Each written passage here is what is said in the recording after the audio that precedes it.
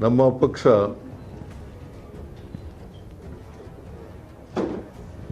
+135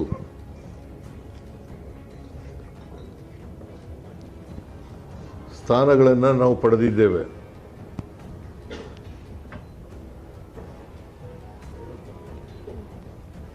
ಜೊತೆಯಲ್ಲಿ ಇಬ್ಬರು ಇಂಡಿಪೆಂಡೆಂಟ್ಸು ಕೂಡ ನಮ್ಮ ಸರ್ಕಾರಕ್ಕೆ ಬೆಂಬಲವನ್ನು ವ್ಯಕ್ತ ಮಾಡಿದ್ದಾರೆ.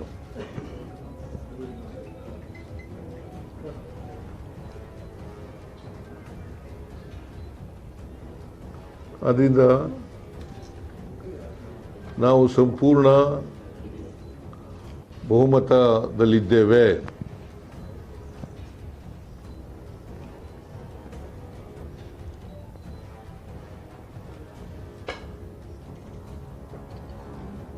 ಅದರಿಂದ ಮುಂದಿನ ಮುಖ್ಯಮಂತ್ರಿಗೆ ಅವಕಾಶ ಮಾಡಿಕೊಡಬೇಕಾಗಿರ್ತಕ್ಕಂಥದ್ದು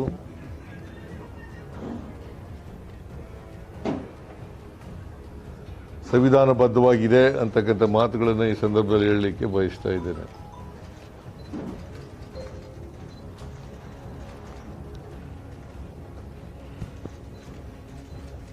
ಕರ್ನಾಟಕದ ಮೇರು ನಟ ರಾಜ್ಕುಮಾರ್ ಅವರು ಅಭಿಮಾನಿ ದೇವರು ಅಂತ ಕರೀತಾ ಇದ್ರು.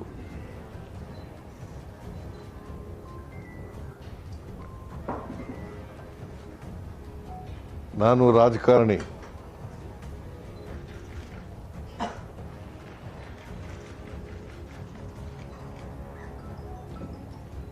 ನಾನು ಸಂವಿಧಾನನೇ ನಮ್ಮ ಧರ್ಮ ಅಂತ ತಿಳ್ಕೊಂಡಿರ್ತಕ್ಕಂಥವನು.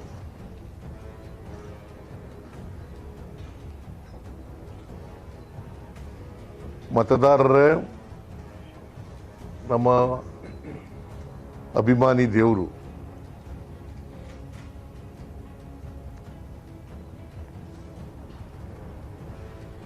ಕನ್ನಡ ನಾಡಿನ